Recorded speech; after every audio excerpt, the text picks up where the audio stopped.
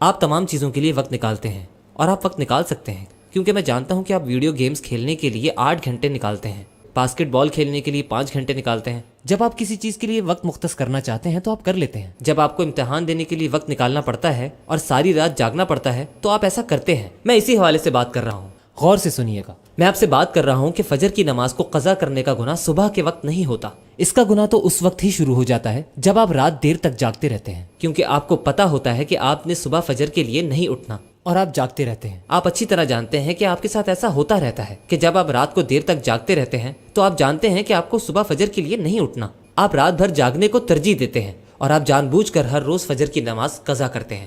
آپ صبح 9 بجے اٹھتے ہیں تو آپ خود کو یہ نہیں کہہ سکتے کہ اوہ میرا دیر سے اٹھنے کا ارادہ نہیں تھا لیکن میں سوتا رہ گیا، میں اپنی مدد نہیں کر سکا۔ یہ دراصل کسی بامقصد آدمی کا کام نہیں ہے۔ جان بوجھ کر رات بھر جاگنے سے فجر نہیں پڑھ سکتے۔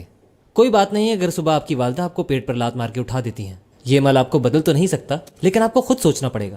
پیارے دوستو، فجر کی نماز پڑھو، پہلے فجر کی نماز پڑھو پھر عشاء کی نماز کے لیے جاؤ۔ نوجوانوں، عبادت کا اہتمام کرو۔ نوجوانوں، بنیادی عبادت فجر اور عشاء کی نماز ہے۔ اس مجمع میں شریک نوجوانوں، فجر اور عشاء کی نماز بہت ضروری ہے۔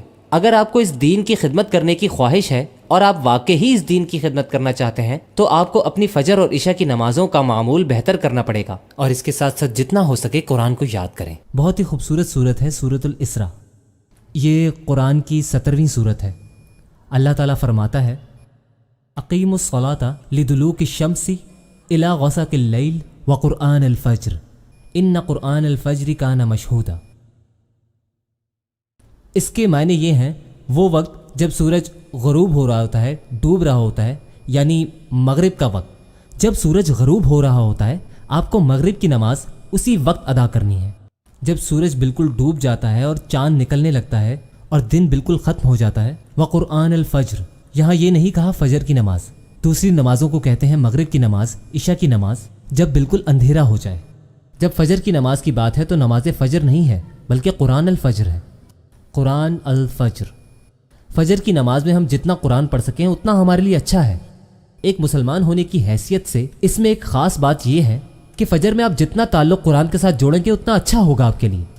ایک مشورہ جو میں اپنے آپ کو خود دیتا ہوں وہ میں آپ کو بھی بتاتا ہوں۔ اگر آپ فجر میں اٹھنا اپنی عادت بنا لیں گے، فجر میں اٹھیں اور جا کر مسجد میں نماز پڑھیں۔ جو بھی نوجوان مجھے سن رہے ہیں ان کے لیے اچھا ہے کہ فجر میں مسجد میں جا کر نماز پڑھیں، اور مسجد میں ایک جگہ بیٹھ کر آپ قرآن پڑھیں تو آپ دیکھیں گے کہ آپ کے اندر کتنی تبدیلی آتی ہے۔ روحانی طور پر بھی آپ کے اندر تبدیلی آئے گی اور دنیاوی طور پر بھی آپ کے اوپر برکت کے دروازے کھل جائیں گے۔ اس آیت کے اندر اللہ تعالیٰ فرماتے ہیں کہ بے شک صبح کا قرآن تمہارے لیے گواہ ہے، کیونکہ لفظ مشہود کا مطلب ہے گواہ ہونا۔ تو فجر القرآن، قرآن کا پڑھنا، وہ نماز جو آپ نے لوگوں کے ساتھ پڑھی ہے وہ گواہ ہے۔ لیکن سوال یہ ہے کہ کس چیز کی گواہ ہے؟ یہ وہ پہر ہوتا ہے جب سب لوگ سو رہے ہوتے ہیں اور اس وقت کوئی بھی نمازی نماز پڑھنے جا رہا ہو تو اسے کوئی نہیں دیکھتا۔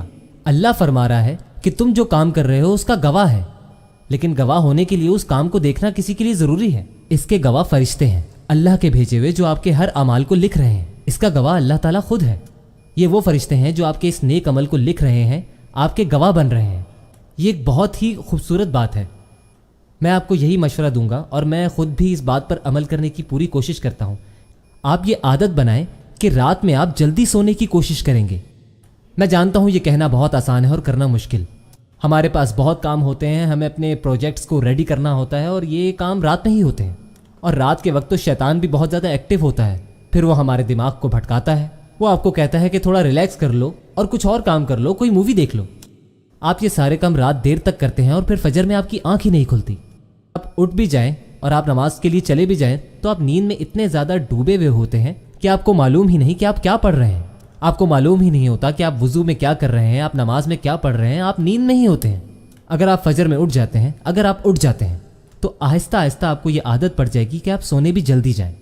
جب آپ سونے جلدی جائیں گے تو آپ اٹھیں گے بھی جلدی اور آپ دھیان اور سکون کے ساتھ قرآن اور فجر پڑھ سکیں گے۔ قرآن الفجر، یعنی قرآن کا لفظ مجھے ایسا نہیں لگتا کہ کسی اور جگہ اس طرح سے استعمال ہوا ہے، کیونکہ قرآن کے معنی تو ہے پڑھنا، اور قرآن الفجر اس لفظ کو اس طرح سے استعمال کرنا مجھے نہیں لگتا کہ اس کو کہیں اور استعمال کیا گیا ہے۔ میری یہ دعا ہے کہ آپ لوگ فجر میں اٹھیں اور نماز پڑھیں اور قرآن پڑھیں۔ یہ عمل کر کے میری زندگی میں بہت تبدیلی آئی ہے اور آپ بھی اسے کر کے دیکھیں, یقیناً آپ کی زندگی میں بھی تبدیلی آئے گی. جب آپ اس عادت کو اپنانا شروع کریں گے, تھوڑا سا بھی اسے اپنائیں گے, تو آپ دیکھیں گے کہ اللہ کی برکتیں کس طرح نازل ہوتی ہیں. فوراً سے تبدیلی مت سوچیے گا, لیکن ہاں آپ کا دن اچھا گزرنے لگے گا, آپ لوگوں سے اچھے سے بات کرنے لگیں گے, آپ کا موڈ اچھا رہے گا. میری دعا ہے کہ آپ قرآن پر عمل کرنے لگیں اور جو وقت اس نے آپ کے لیے مقرر کیا ہے, جو وقت اس نے آپ کو جس چیز کے لیے دیا ہے, اسے آپ کریں اور اس کی برکتیں حاصل کریں. آمین.